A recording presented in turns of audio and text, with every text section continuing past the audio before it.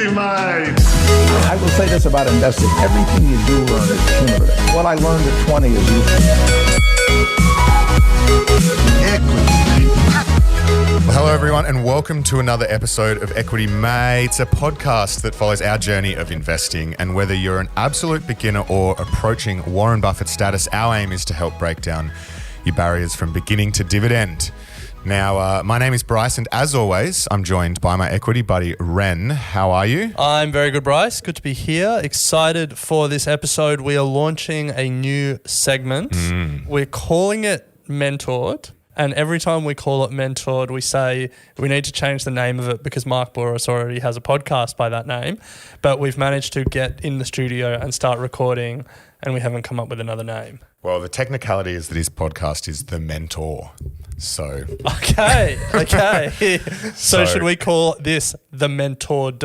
Yeah, offshoots. Well, I feel like it's too late now. We're going with it. We're going with it. Mentor. Mark doesn't listen to this.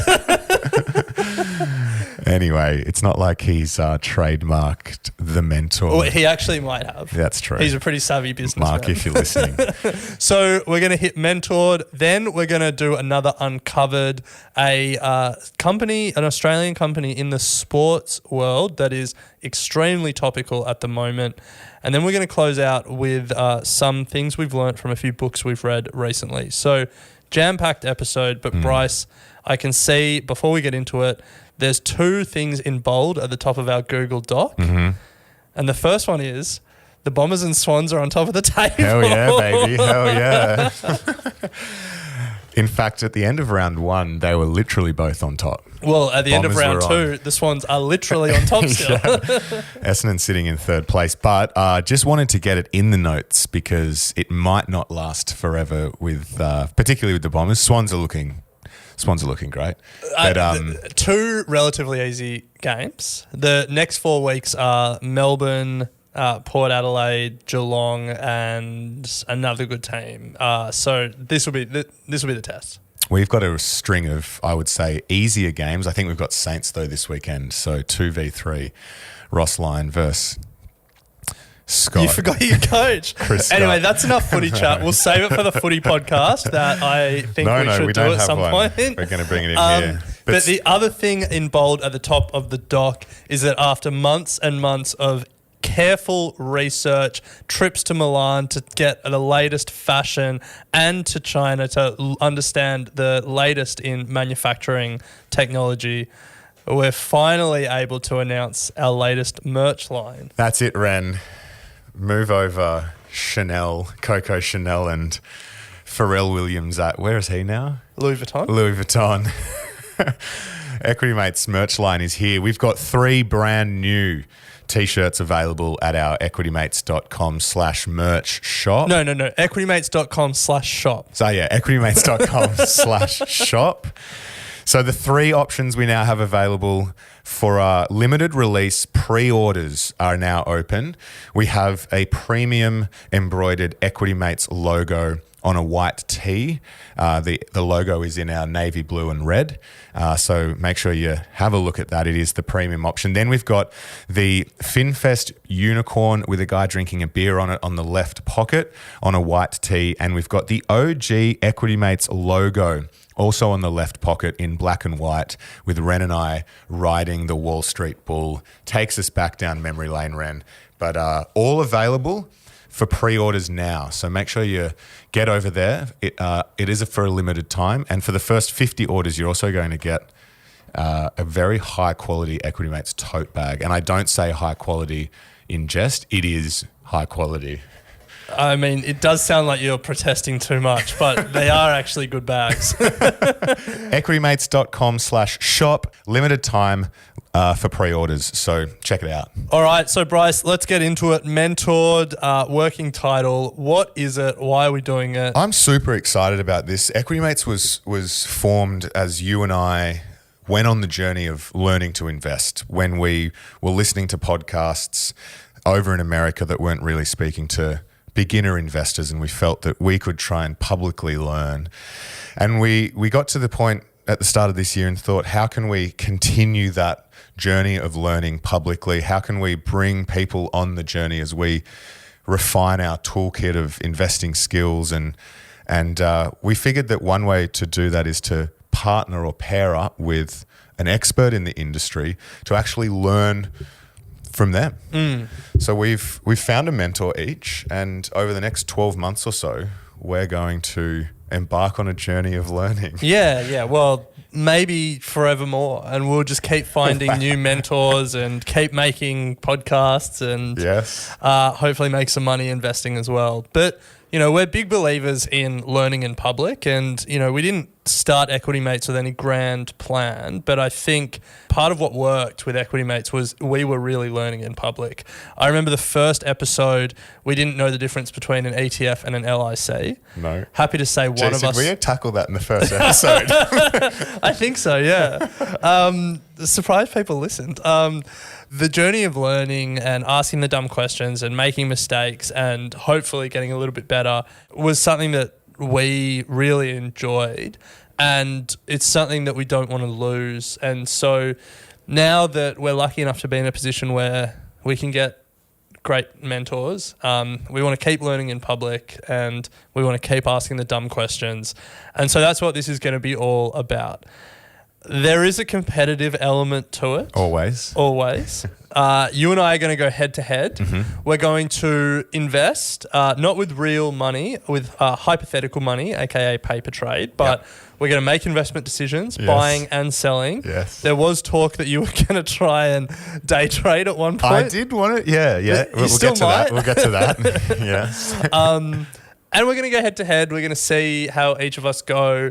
Hopefully it's not like stock of the year, but it should be a bit of fun, bit of competition, but ultimately, hopefully we learn a lot. Yeah. And hopefully learning in public means that everyone listening can learn from our mistakes. Yes. As well. Now, you mentioned stock of the year. The massive difference here is we've got a mentor, but we're going to be recording every conversation we have with our mentor, be it at the pub, be it at their house, be it at the office, wherever it is, whenever we're learning, whatever our thoughts are, we're going to be recording it and bringing it to you over the next year or so, whatever the time period is. We haven't actually figured it out yet.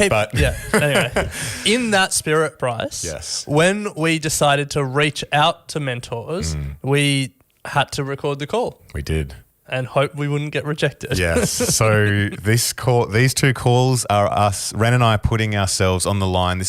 We're going to be very vulnerable throughout this process, and we gave our mentors a call to hopefully see if they would say yes.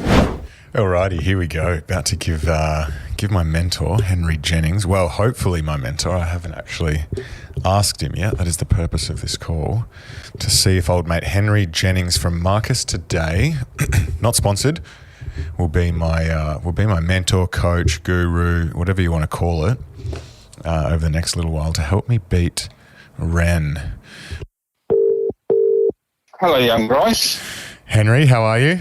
I'm very well. How are you? I'm also very well. So I guess the first question is, Henry, will you be my mentor? Bryce, I would love to be your mentor, although I'm already feeling the pressure. No, there's no pressure. There's no pressure. Who did Ren choose as his? So Ren has gone with Andrew Page. Oh, good choice. Yeah. Do you want to be called mentor, coach, guru, or just HJ? Do you have a nickname? HJ is fine. let's not get too pretentious about this. Hello, Andrew speaking. Hey, Andrew. It's Alec from Equity Mates. How are you going? I'm good, Alec. How's things? Good. Have I caught you at an all right time? Yeah, totally. Yeah, I'm just going for a wander. So as long as you can hear me all right on the headset, I'm good to go. Andrew Page, will you be my mentor? Dude, I'm very flattered and humbled. I'd love to be. Great.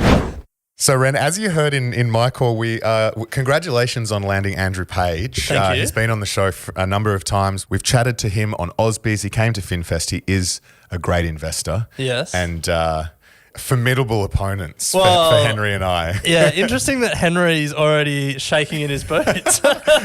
He's not. But so why Andrew? So I think Andrew, for me, embodies the kind of investor I want to be. That's nice. Like very agnostic to what the market's doing day to day, not worried about momentum, very much like a bottom-up stock picker, company analysis, like all of that stuff that we talk about on the show, long-term, looking for compounders, looking for those few really high-quality companies. So, yeah, that's why. Nice. Why Henry? A couple of reasons. So firstly, it's just going to be guaranteed a good vibe. Every time we chat to Henry, it's just an enjoyable conversation. But I think what came for me is that he often plays in an area of the market, and I think similar to Andrew as well, in the small to mid cap space, and comes across really interesting companies, and seems to just have a pretty decent grip on what is going on, and his investment sort of approach, as we'll jump into next time we chat with him, but is really born from sort of catalyst and narrative, and I want to really sort of bring that into my investing approach. To shine a light on what I'm talking about, Ren, I did ask Henry in our conversation if he could just give me a bit of an indication on how he's seeing the market at the moment. So let's pick it up at that point in the conversation. How are you generally seeing the market at the moment? Like, in terms of your set of opportunities, how is it kind of faring to, say, 12 months ago, and what's your general outlook for the next sort of 12 months? I have to say it is a confusing time in the market. However, there are a few things that stand out, and I do get the feeling that, one, interest rates have peaked, but I'm not in the we're going to be cutting soon camp, because if you look back over history, interest rates around 4.5% is kind of where they've been for a long, long time, up till the GFC, which changed the game. So if we take the GFC out of it and suggest that maybe that was an anomaly, then maybe we're going back to 4.5%. So I think we're going to be on pause for a long time, higher for longer, but more like average. I actually am relatively slightly bullish on the Australian market short term. I think there are a number of issues that we have to get through. One is the May budget. Secondly is the June tax loss selling period, and the sell in May and go away. We saw a pretty horrible market last June as people just tipped everything out. So that will present an opportunity in July. What has given me cause for positivity, I must admit, is corporates are slinging money at stuff like there's no tomorrow. And we're not talking about little takeovers. We are talking about big, earth-shattering takeovers. Now, it may be that analysts and brokers are all down and in the dumps about things, but you look at Brookfield lobbying for Origin, you look at Albemarle lobbying for Liontown, you look at the Maltesers lobbying for United Malt Group, you look at, there's a whole bunch of them out there at the moment, IVC, Invacare.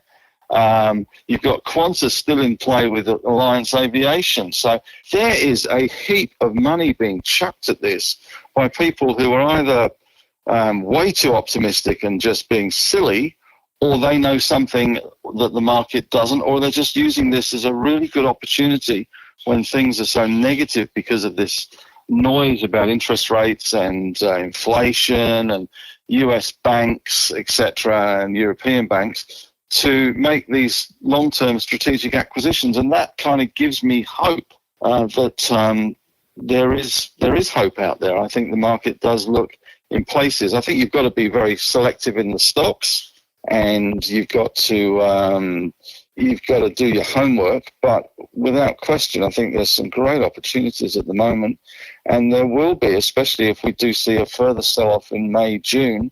But at the moment, I just feel we've got a little. April could be a better month.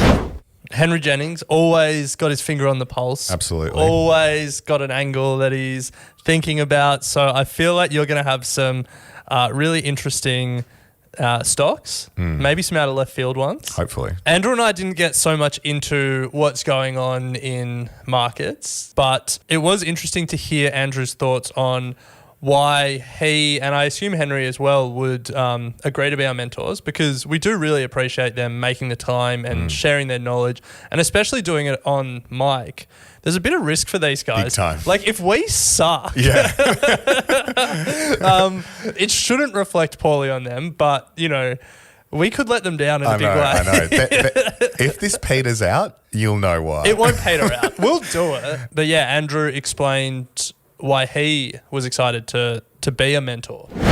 I'm excited about it because I think selfishly it's also a great chance to gain more experience for myself. You know, like one of the best ways to learn is to teach, so to speak. And I think when you're sort of forced to try and convey ideas and express them with more clarity, it helps your own thinking, right? It helps, and your responses to that, your experiences with that is really valuable feedback. So I'm hoping to get as much out of it as you do, frankly, mate. Great. As long as you don't hope to learn how to become a better investor, because I don't know if I've got a lot to teach you. You know what, though? It's that learn to be a better investor is a process that never stops. Like, you can learn to juggle to a certain capability, and like you've either done it or you haven't.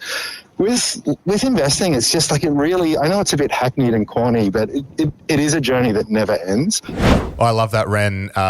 It's something that we learned at uni. Teaching others helps teach yourself and solidifies your understanding of things. So I'm really looking forward to listening to the progress that you two make over the next little while as well. I think you've got a great mentor there in Andrew. So that's kind of where we're at. The next week, we're going to pick it up with conversations from our very first session with our mentors. We're going to be really unpacking what the next little period is going to be like and the approach that we're going to take. And Ren, who knows where this is going to go, but I'm super pumped. We will be transparent if we do make any actual investments through this. Otherwise, as you said, it will be all paper, hypothetical trading. We're going to track how we're going on our website along with the Equity Mates portfolio. It's all kind of going to get wrapped up into one, and may the best man win. Yes, yeah. Well, may we both learn a lot. But you said, I'm not sure where this is going to go. I have an inkling where it's going to go. Where's that? Because we have done another uncovered article on a company, and the first thing you said was, I'm going to take this to Henry next week. Well, yeah, because, I mean, Henry said, like, he's looking for this, or he's looking at this opportunity to get new ideas himself and, like, take his approach through what we kind of bring to him. And so what you said was, Ren did an uncovered article on a company. I'm going to take that idea. Yeah. Hey, there's no new ideas in investing. There's no points for originality. Exactly. Yeah. Exactly. So now let's get to this uncovered, because it's a fascinating company, and full disclosure, I do own some of it. And for those that have just joined, welcome to the Equity Mates community. Uncovered is a series that we do where we shine a light on companies that are not covered as much as some of the bigger companies in Australia and around the world. There are some fascinating companies with awesome stories, and we're going to do our best to bring them to you. So, Bryce, we mentioned at the top that the AFL season is back on. The rugby league season is back on. We're loving getting into the sport. You're loving getting into the sports betting. It's there's no doubt one of the biggest stories of the year is concussions and head injuries. A class action of more than 60 former AFL players are seeking compensation. A second AFL class action has also been launched. The NRL changed their rules to require players to take more time out after getting a concussion. A parliamentary Senate inquiry has been launched into head trauma in contact sport, and the AFL has pledged $25 million to fund a study into the long-term effects of concussions and head knocks on players. That's all been headlines of the past month or so. It's big. It's big. And it makes sense that it's big because the long-term effects, the effects of CTE, which is like a degenerative brain Chronic disease. Traumatic Encephalitis. encephalopathy. Oh, okay. Yeah, nice. Yeah. So given that this is all in the news, when Simon from the Equity Mates community suggested a company that was working on this problem for Uncovered, it felt like a natural fit. So shout out to Simon for suggesting the company. A reminder to everyone else, if you want us to uncover a company, you can suggest it via email, contact@equitymates.com, or on the Facebook discussion group or the website forum. And Ren, just a clear reminder, we will be incredibly transparent if we own these companies, which Ren was at the top. Otherwise, this is not a buy, hold or sell recommendation in any way. We are just bringing you a company that is not covered for you to make your further decisions. So Yeah. this is not a buy, hold or sell. Now that it is appropriately disclaimed, what is the company? Ren, the company today is Hit IQ, ASX ticker HIQ.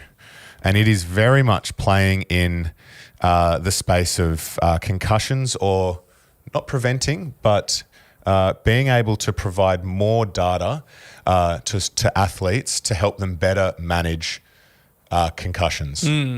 Now, here's a stat for you. According to Hit IQ, the average footy player sustained an average of 13 head impacts per game in 2022.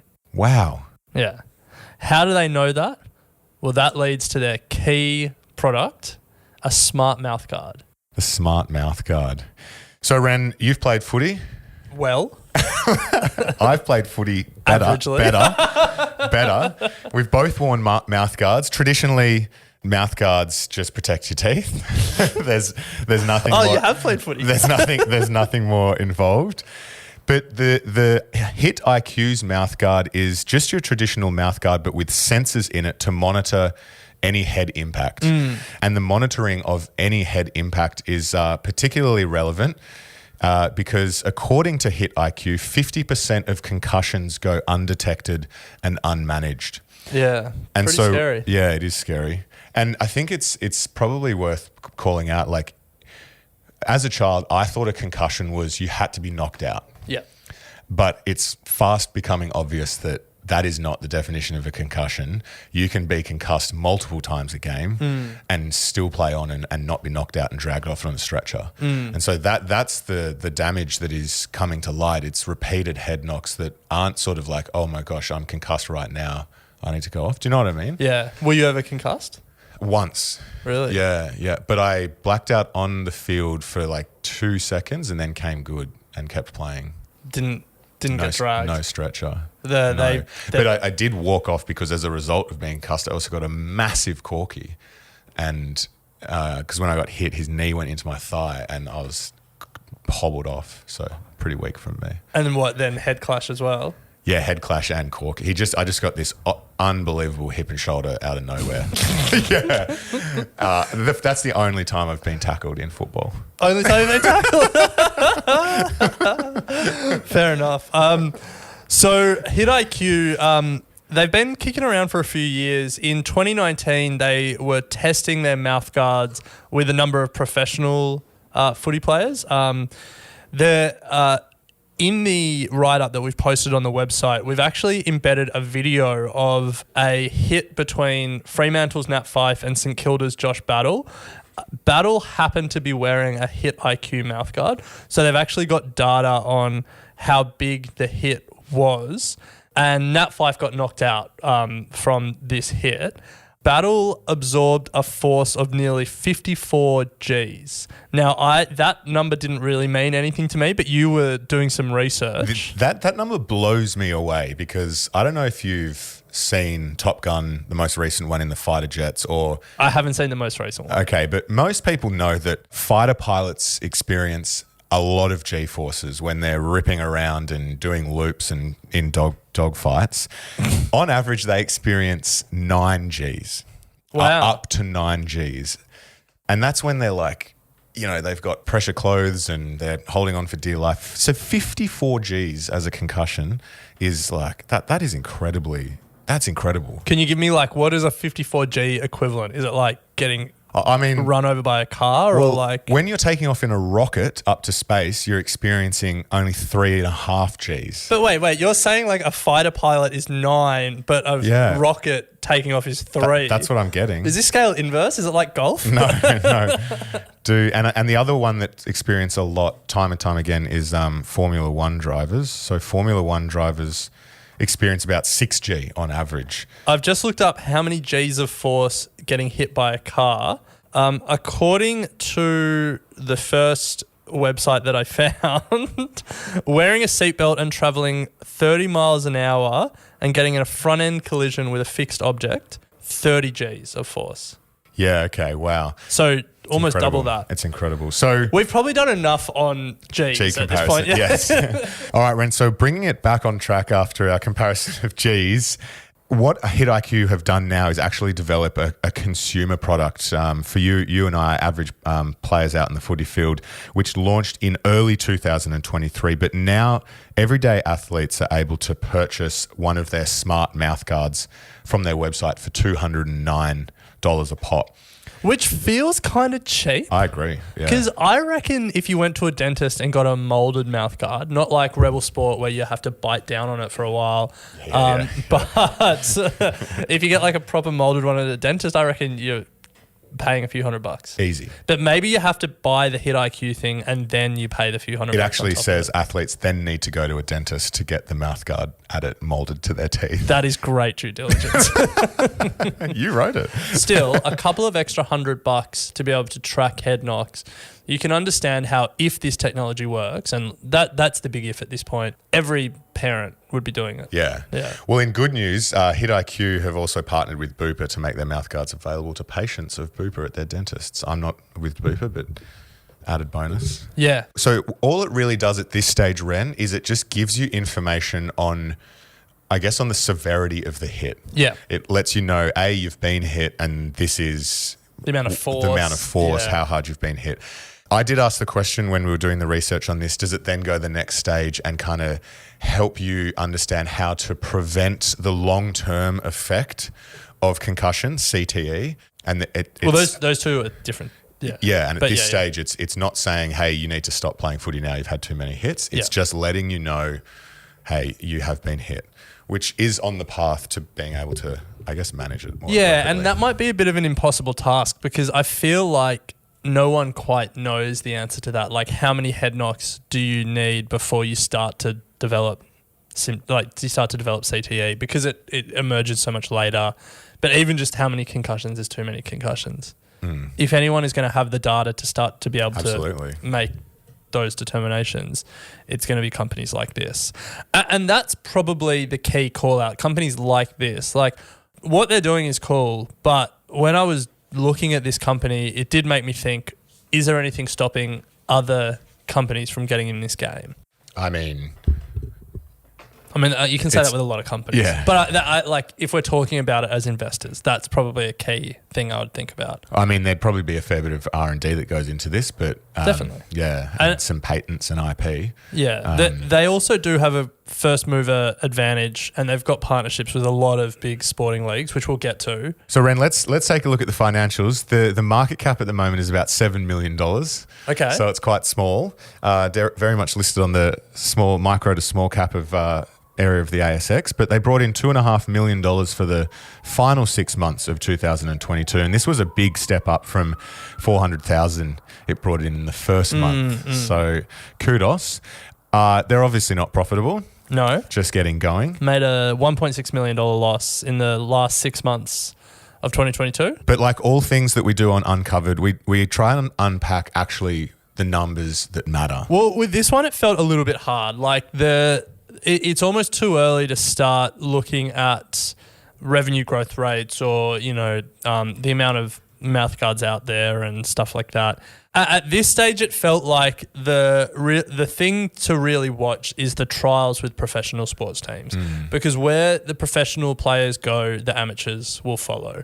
So right now, HitIQ are trialing their mouthguards with a number of sporting leagues around the world, from, some of the Australian teams we've spoken about. I think the Waffle, the Western Australian Football League, just signed a deal to give all the waffle players these mouth guards.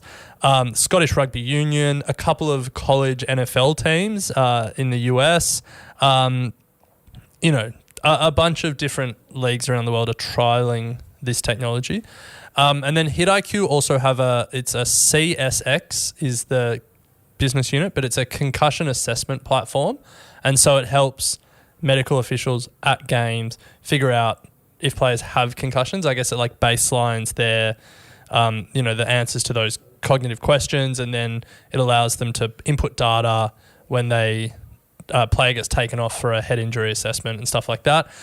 That was trialled at the Rugby League World Cup. The NRL are using it. The AFL are using it. New Zealand Rugby and Cricket are using it. English cricket are using it. The English Premier League are using it. So like all trials in different stages. And so for me, the key question with all of this is, do these trials get converted to sales, long-term agreements, and do they get converted into revenue? And so that for me is the game at this point. That's the question. And if all of a sudden all of these players are using the HitIQ Smart Mouthguard, you know that all of a sudden every parent will be doing the same because they're worried about their kids, and you know, adult athletes will as well because So for me, that like it's so early on this company. Very early, 7 million market cap. Small. Yeah, it really relates to what is topical at the moment. Money is being poured in by leagues into the research and prevention of concussion as more and more litigation comes. It's something that sports are definitely putting a focus on. So whether or not HitIQ can play a part in the prevention of that, time will tell, but love it. You can understand why now I'm going to take it to Henry. Yeah.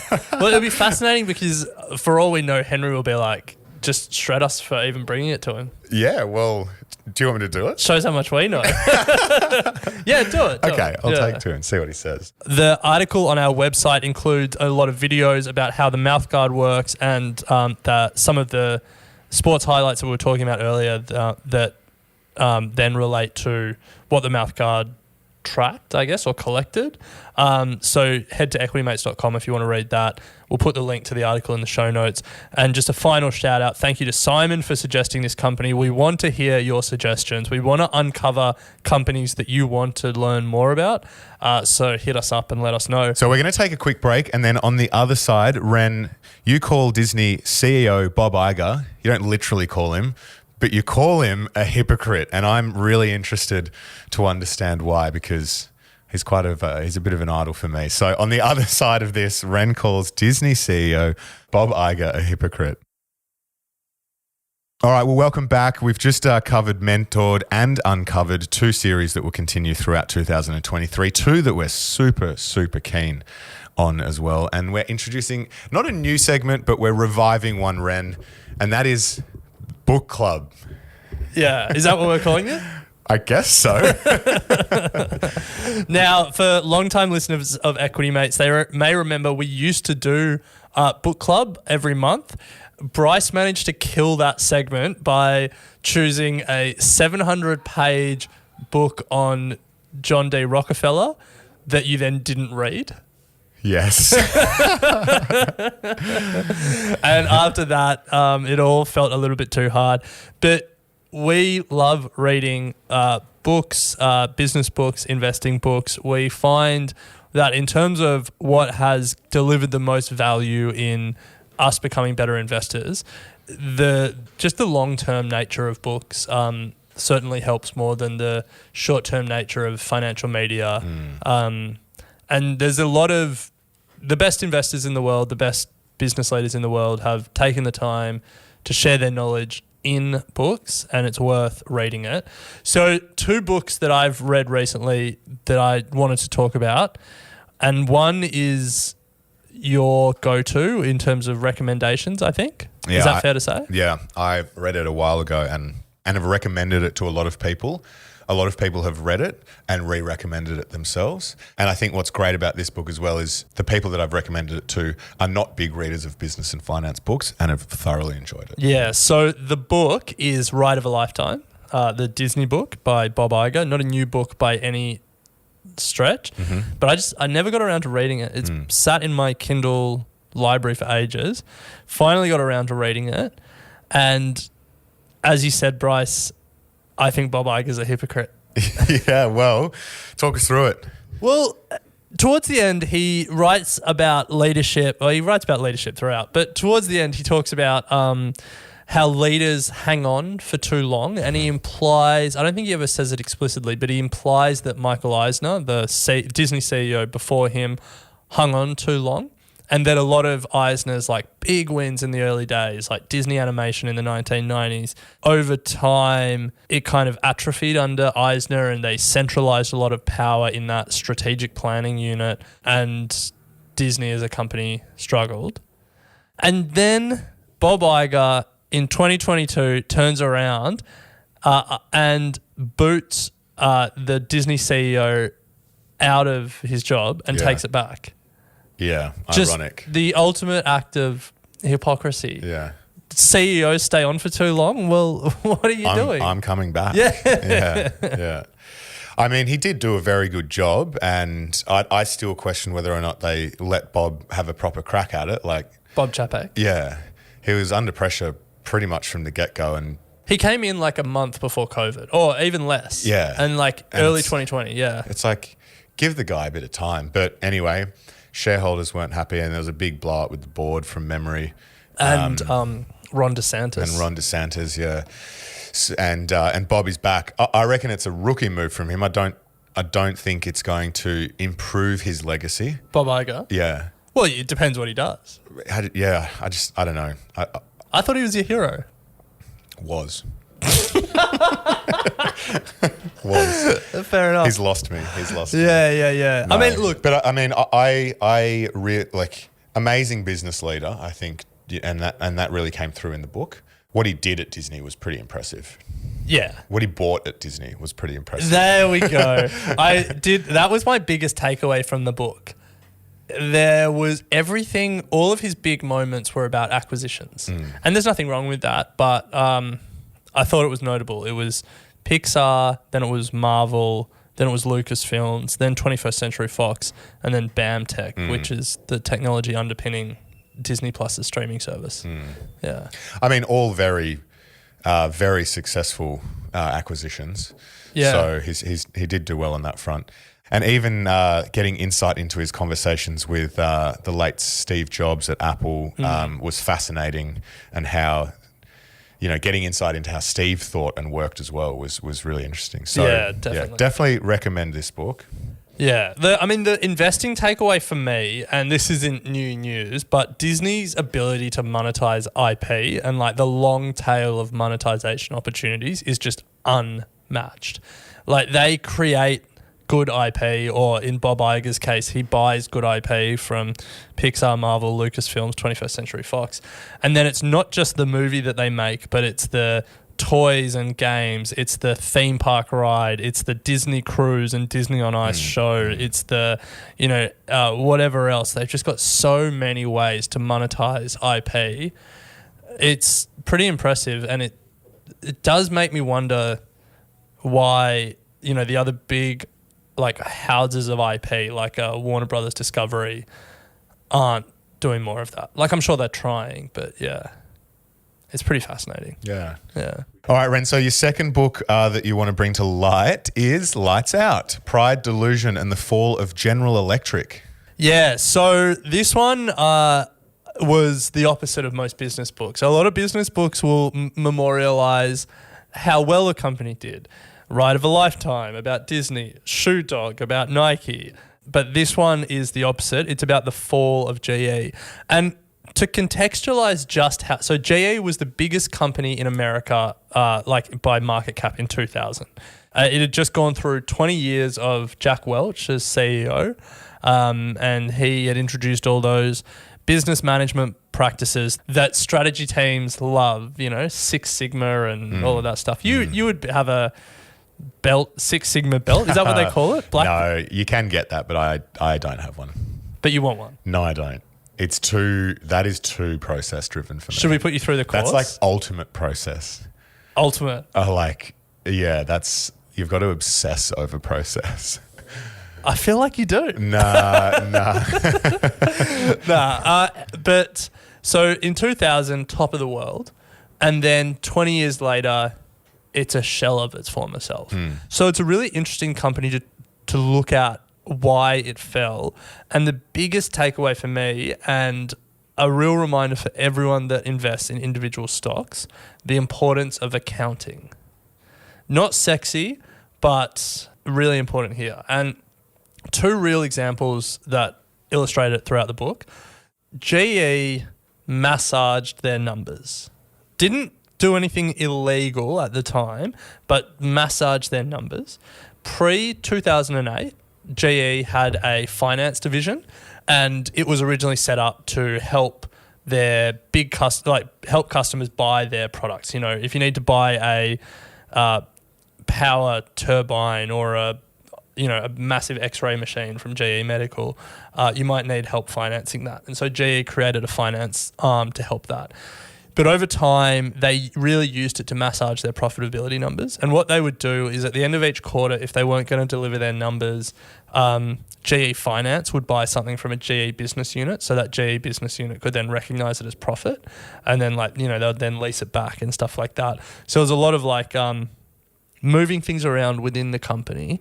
And GE Financial got bigger and bigger so Welch did it a little bit, but after Jeff Immelt took over, it happened more and more, and that was a real way that GE was delivering just dodgy, consistent, super consistent growth.